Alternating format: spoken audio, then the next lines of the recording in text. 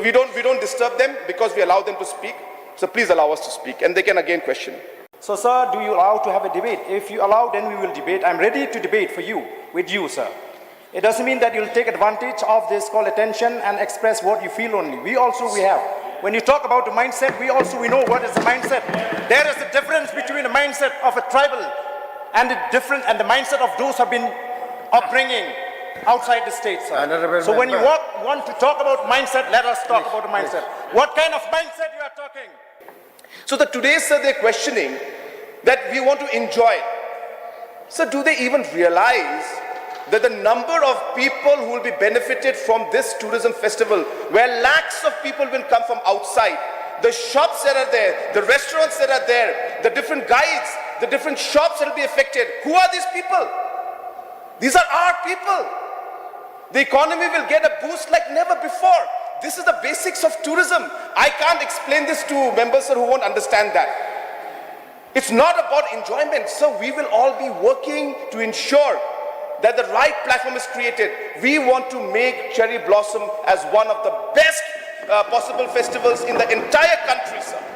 That it should be a calendar event that people will say, I would like to be there. So during that time, the hotel room rates go up. During that time, the sales of restaurants and the different food products goes up. The different youngsters who want to perform. Our Honorable Minister has mentioned just now that the performance will be done by our own local boys and girls also. Imagine getting a platform at that level to be able to perform, network with these large performers, with these very professional performers, and who knows, getting a link with them to be able to then perform in other parts of the country and the world. The networking that is possible. So we cannot be so microscopic in our thought. We have to think big. If we continue thinking in the small way, sir, we will never grow. We will never grow. We are not saying that we want to compromise our people. We are not saying we want to compromise our state. We are not saying that we are going to dilute our culture. We are not saying that we are going to take away the interests of our people. No. The honorable member mentioned about Singapore.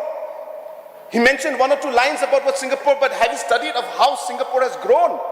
Singapore has grown because of the tourism sector, financial sector. They have opened up their economy to allow people to come in, invest. They have created a regenerative economy. Today we are in an economy that is more extractive in nature, as we say. So there's a regenerative model and there's an extractive model in economics. And we have been based on an extractive model, sadly. Extracting our resources and using that and selling that, and that's how. But there's nothing wrong. That's how things are everywhere. But a regenerative economy allows the overall manpower, human resource, the ecosystem to develop.